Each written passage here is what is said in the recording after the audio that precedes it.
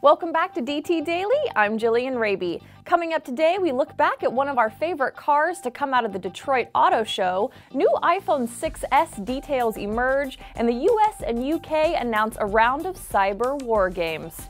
Some 25 years after the debut of the original, Acura has finally and officially released the second generation of its NSX supercar. Inside an aluminum space frame chassis, you get a dual-zone hybrid powertrain similar to the BMW i8.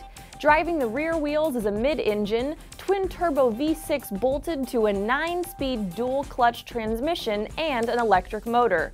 The NSX also has two more electric motors in the front, delivering what Acura calls its sports hybrid super-handling all-wheel drive package. Now, what kind of power does the hybrid tarmac-tearing supercar make? Sadly, Acura won't yet exactly say, telling us it will have around 550 horsepower. Expect the 2016 NSX to go for around $150,000. Just like presidential elections, it's never too early to speculate about what Apple will unveil with its next version of the iPhone. Despite previous quarrels, Apple and Samsung will reportedly work together on an A9 processor for the iPhone 6s.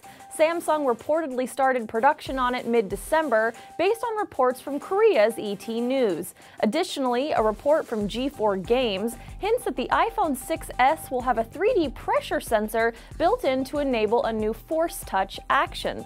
Force Touch is the new Apple Watch feature that distinguishes between short taps and long, harder touches. Taiwanese media hints that Apple may finally boost the RAM on the iPhone 6s. The next-gen iPhone may pack in as much as 2 GB of RAM to double the device's bandwidth. Of course, we've heard this one before, and nothing came of it. On the heels of last month's Sony hack, the US and UK governments are announcing a defense plan that sounds like it's straight from Hollywood. The first of the cyber war games is likely to take place later this year, with a simulated attack on each country's financial centers. Organized by a newly formed cyber cell operated by both nations, the simulated cyber attacks will be conducted with full cooperation of Wall Street and the Bank of England. President Obama and Prime Minister Cameron called this part of an effort to protect critical infrastructure. We call it a great idea for a summer blockbuster. That's DT Daily for this week. We'll see you on Monday.